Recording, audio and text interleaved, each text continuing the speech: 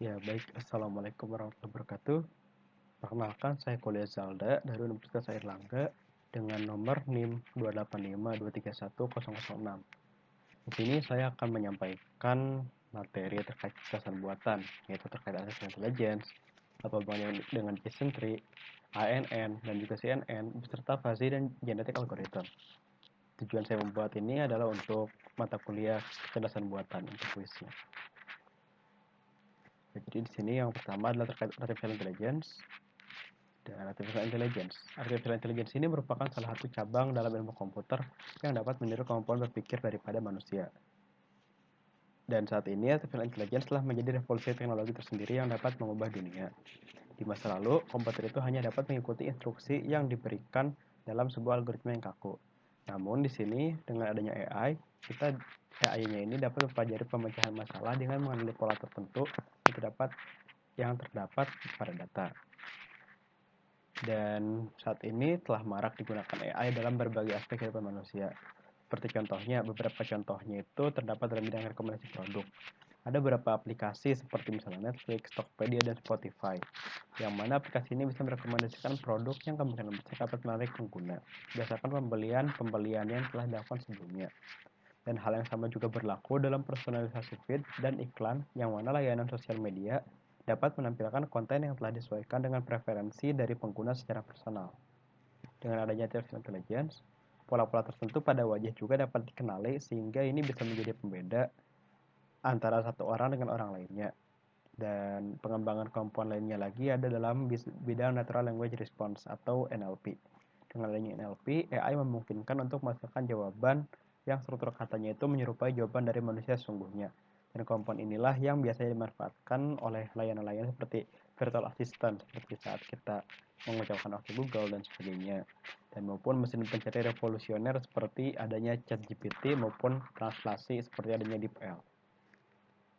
Dan pada jenis AI, kita ini harus mengetahui bahwa artificial intelligence ini merupakan konsep luas yang mencakup segala hal yang berkaitan dengan pengembangan sistem yang dapat meniru kecerdasan manusia, seperti misalnya pengenalan pola, pemecahan masalah, dan pembuatan keputusan. Dan oleh sebab itu, hal-hal yang seperti kita lakukan secara hard coding sekalipun, seperti misalnya membuat kode program yang kaku, agar mesin itu bisa membuat keputusan, itu masih bisa dikategorikan sebagai AI. Seperti yang kita lihat di gambar kanan itu, jadi AI itu sendiri merupakan suatu tiruan yang dapat sense, reason, maupun mempelajari tersendiri yang dibuat oleh manusia tentunya. Dan di sini kita harus mengetahui juga bahwa machine learning merupakan salah satu bagian yang ada dalam AI itu sendiri, merupakan suatu subsetnya. Dan di sini machine learning itu memiliki ciri khusus, yaitu dapat terus memperbaharui performa dengan semakin banyaknya data yang dikenali tanpa harus diprogram secara langsung. Dan berdasarkan jenis pelatihannya, machine learning ini bisa kita bagi menjadi supervised, unsupervised, dan reinforced learning. Dan supervised learning ini merupakan jenis machine learning yang dilatihkan pada dataset yang telah dilabeli. Dengan demikian, ada tujuan tertentu untuk machine learning dalam memetakan dari input menjadi output. Sementara unsupervised learning ini, dia bertugas untuk mempelajari data dari data yang tidak dilabeli. Sehingga diharapkan nanti mesin yang telah kita buat itu dapat menemukan pola tersembunyi dari data yang terlihat acak, tanpa adanya label yang baku.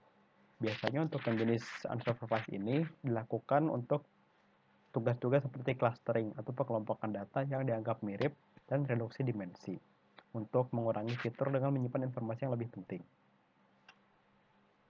Dan salah satu jenis machine learning merupakan decision tree yang akan kita bahas sekarang, yang mana decision tree ini dapat memetakan input pada output yang telah dilabeli.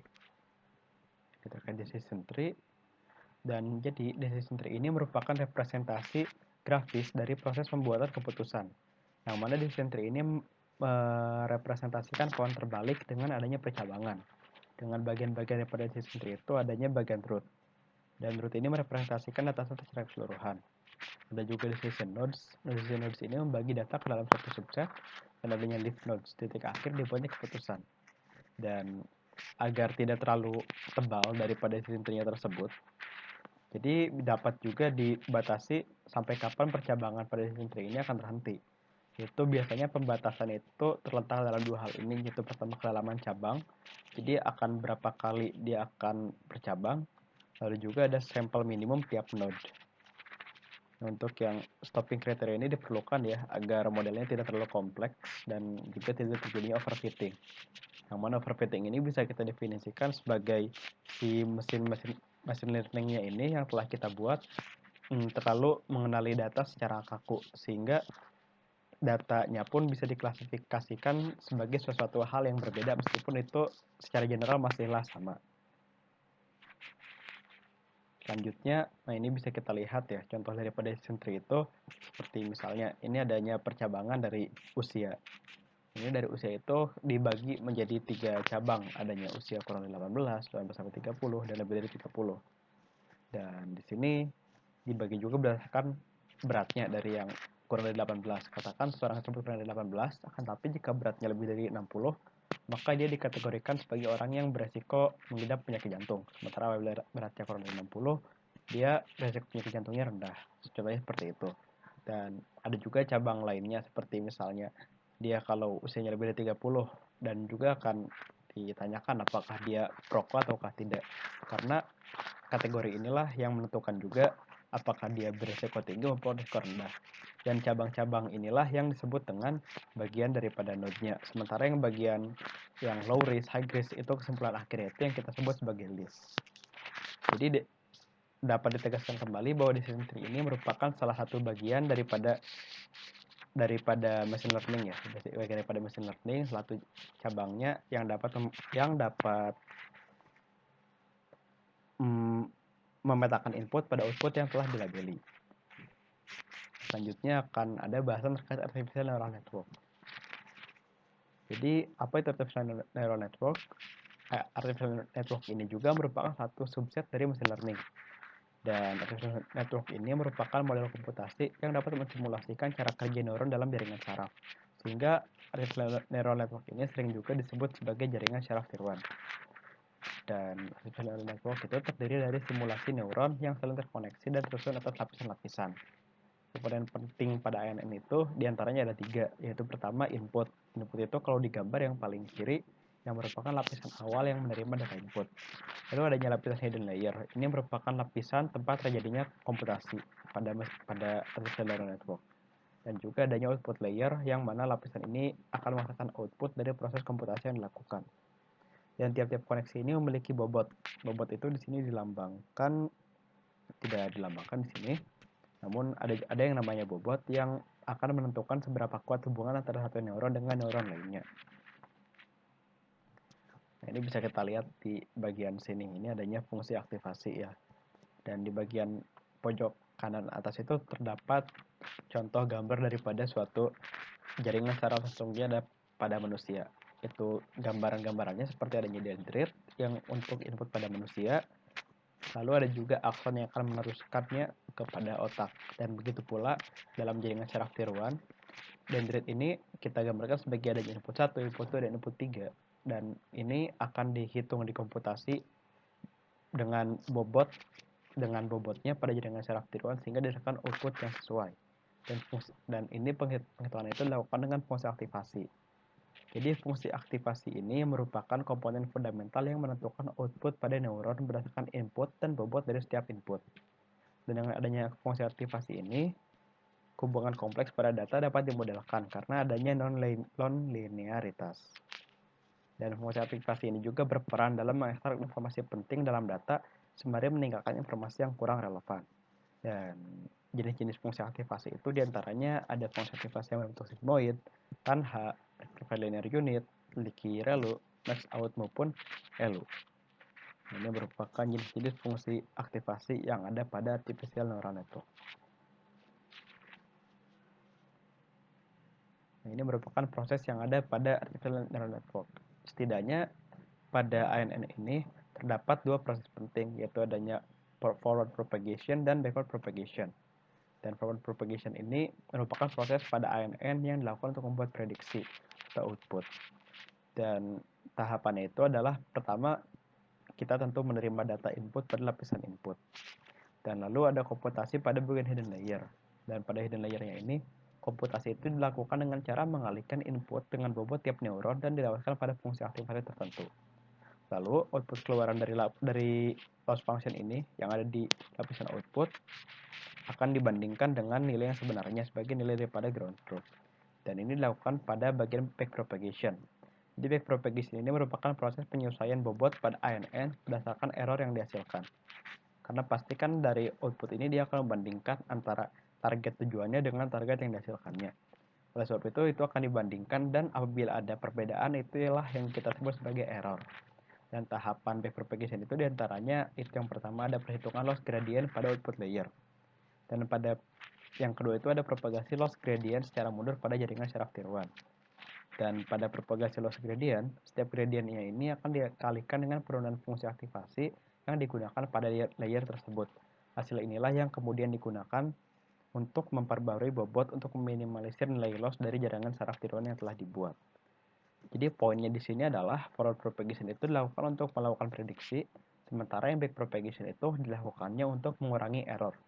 Sehingga modelnya akan terus memperbarui dari error-error yang dibuat, memperbarui sehingga errornya kecil dan model ini memiliki ya akurasi yang baik seperti itu.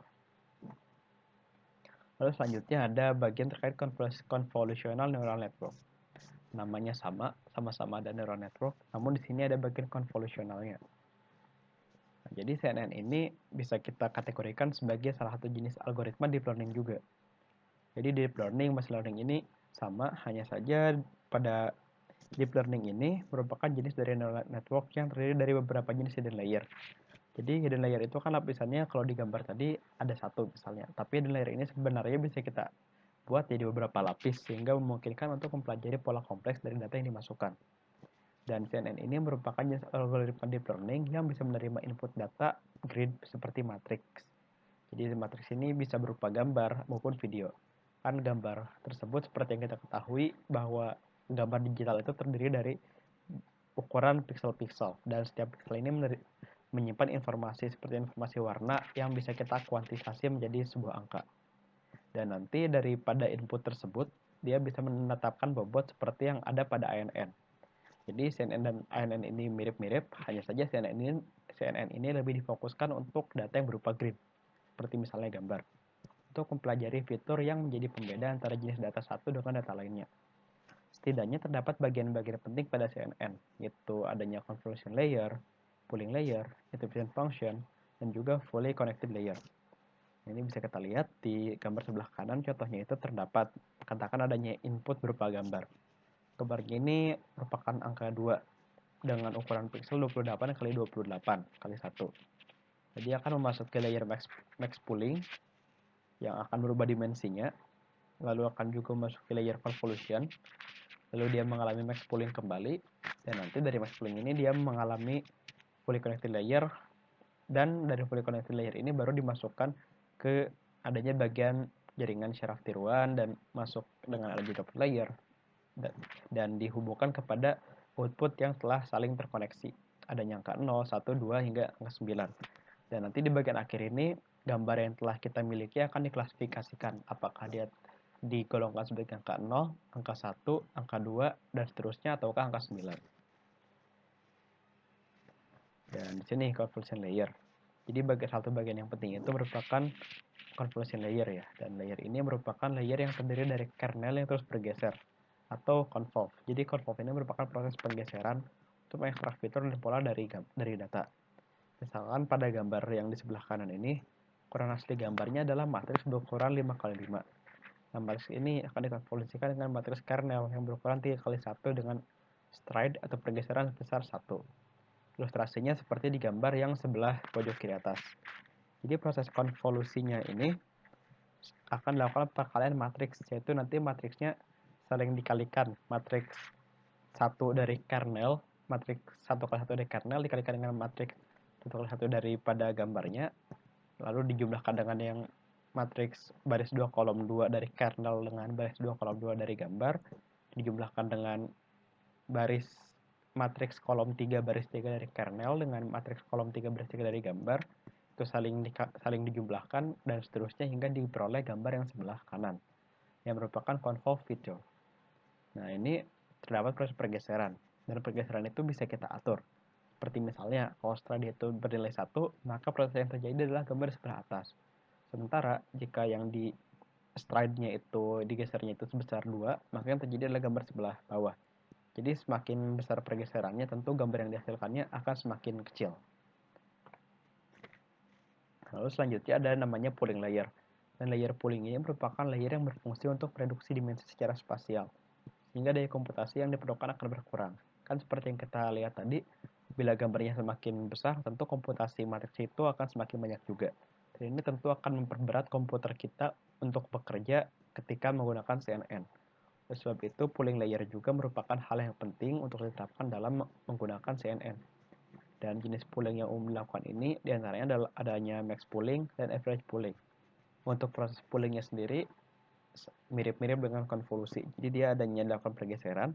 Namun apabila tadi di convolution layer itu yang dilakukan adalah perkalian matriks, pada pooling layer ini yang dilakukan adalah melihat nilai terbesarnya, seperti misalnya yang terjadi di max pooling maupun average pooling. Jadi dia melihat katakan di kotak 3x3 itu menjumlahkan semuanya dan merata-ratakan kira-kira nilainya berapa. Itu contohnya bisa kita lihat di gambar sebelah bawah, yaitu misalnya ada nilai 12, 20, 8, dan 12. Bila di max poolingkan, maka kita mengambil nilai terbesar yaitu 20. Nah, tapi apabila kita melakukan average pooling, maka di antara nilai tersebut akan dijumlahkan lalu dibagi 4 dan didapat nilai 13.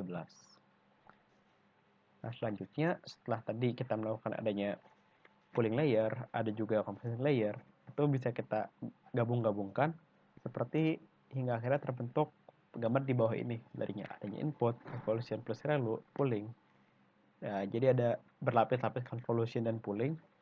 Lalu setelah kita rasa itu sudah cukup dalam lapisan-lapisannya, itu kita bisa lakukan fully connected layer. Dan awalnya kan dalam CNN ini input data itu tidak terkoneksi secara langsung satu sama lainnya. Dengan kita menerapkan fully connected layer, step down itu akan dihubungkan seperti pada sistem ANN. Tapi sebelum dimasukkan dalam fully connected layer ini, biasanya ditambahkan layer pattern untuk mengubah fitur yang bersifat multidimensi menjadi satu dimensi. Nah, lalu selanjutnya ada terkait fuzzy algorithm. Jadi konsep fuzzy, apa itu sih fuzzy? Jadi di sini sistem fuzzy itu merupakan konsep logika yang memungkinkan nilai benar itu berada di antara angka 0 dan 1. Tidak seperti sistem boolean yang nilai benarnya hanya ada 0 dan 1.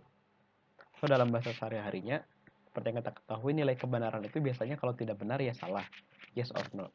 Namun dalam konsep fuzzy ini, nilai kebenarannya bisa berada di antara. Seperti contohnya, kalau waktu kita menyatakan temperatur. Nah, manusia itu biasanya akan menyatakan temperatur di antara dingin, sedikit panas, hangat, sedikit panas, lumayan panas, dan panas. Jadi kita tidak merepresentasikan temperatur hanya dalam dingin dan panas saja, tapi kita juga menyebutkan nilai-nilai benar antara nilai-nilai tersebut. Dan di sini fuzzy neural network itu hadir untuk menggabungkan sistem ANN dengan struktur jaringan yang dibuat berdasarkan aturan-aturan fuzzy tadi. Fuzzy neural network itu memungkinkan juga adanya pemetaan aturan dalam bentuk if dan ke dalam jaringan syaraf. Dan terdapat 3 komponen utama jaringan syaraf yang menjadi fokus pada fuzzy neural network, yaitu adanya fuzzy neural model jaringan syaraf dan algoritma pembelajaran fuzzy. Pada fuzzy neural network, neuron ini dirancang untuk representasi operasi dasar dari himpunan fuzzy. Jadi neuronnya itu tidak lagi berbentuk seperti neuron pada ANN. Namun di sini neuronnya dirancang untuk merepresentasikan operasi daripada himpunan fuzzy itu sendiri. Himpunan fuzzy itu seperti yang kita lihat di gambar sebelah atas. Jadi dia akan mendefinisikan nilai secara fuzzy ya, secara antara gitu, adanya keraguan-raguan seperti itu, dan itu direpresentasikan dalam bentuk yang di gambar sebelah bawah. Jadi seperti adanya VL itu very low, ada juga L low, M medium, H high, dan VH itu very high. Jadi neuronnya itu dirancang agar dia dapat menerapkan nilai antara, dan dari neuron fuzzy-nya ini itu bisa juga dihubungkan ke output yang berupa ANN pada umumnya yang saling terinterkoneksi. Lalu selanjutnya ada terkait genetic algorithm. Nah, jadi genetic algorithm ini apa sih? Genetic algorithm itu merupakan teknik pencarian dan optimasi yang mana genetic algorithm ini terinspirasi dari prinsip seleksi alam dan genetika yang bisa kita amati langsung dari sistem evolusi yang mana banyak dipelajari dalam biologi. Dan prinsip utama daripada genetic algorithm ini terdiri dari 5 prinsip utama, yaitu adanya inisialisasi kandidat populasi, lalu evaluasi dengan fitness function, seleksi populasi yang kurang sesuai dengan solusi yang dihasilkan untuk generasi selanjutnya, rekomendasi kromosom untuk melakukan pertukaran bagian gen dari kromosom induk, lalu adanya mutasi untuk mengubah beberapa bagian pada gen sehingga diperoleh penyelesaian baru. Jadi apabila kita menganalogikannya dengan ilmu genetika yang dipelajari saat ini. Jadi kan seperti misalnya dalam hewan saja. Hewan itu kan terdapat berbagai banyak populasi hewan. Nah, dari populasi hewan itu tentunya hanya yang sesuai dengan tempat tinggalnya saja yang bertahan.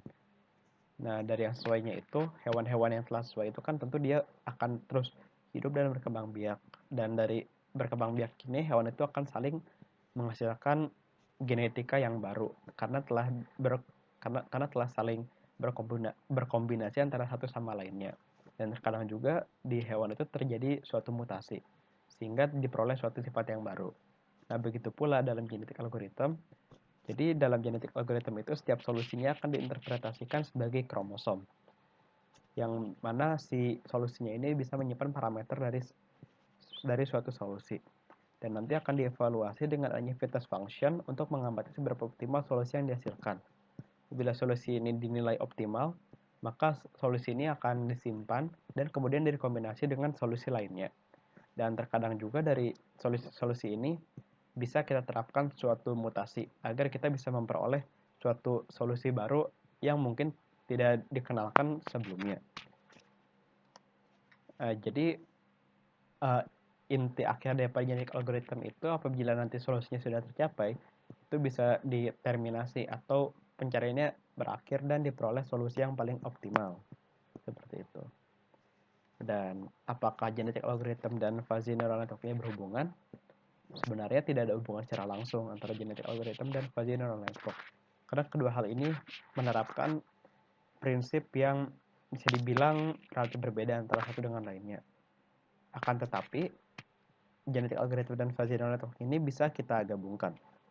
Karena dengan menggabungkan keduanya itu, kita bisa mendapatkan satu nilai yang lebih optimal. Jadi dengan genetic algorithm kan kita bisa memilih kira-kira solusi mana yang terbaik. Sementara dalam fuzzy neural network juga kita bisa menghasilkan solusi fuzzy atau solusi antara. Nah, jadi dalam penelitian ini rupanya sudah ada yang melakukan penelitian bahwa JA dan FNN ini bisa digabungkan dalam diagnosis of heart disease using genetic algorithm based trained fuzzy neural network. Dalam penelitian dilakukan UYAR ini pada tahun 2017, beliau berhasil memadukan data yang dilatih dalam fuzzy neural network dalam genetic algorithm untuk mendiagnosis penyakit jantung.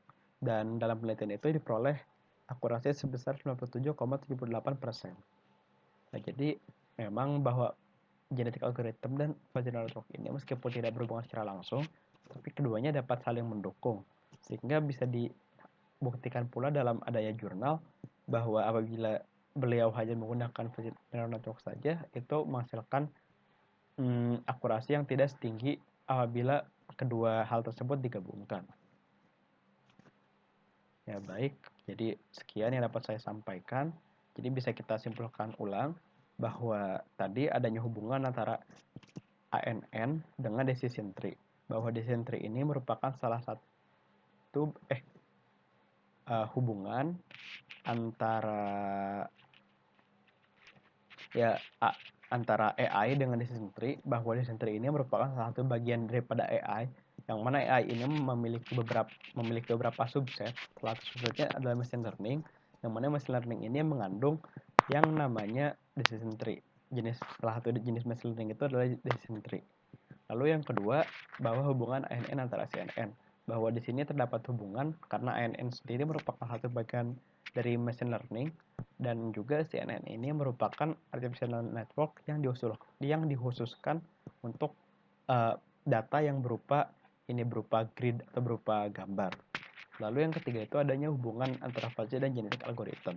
Meskipun tidak berhubungan secara langsung, tapi keduanya itu bisa saling mendukung.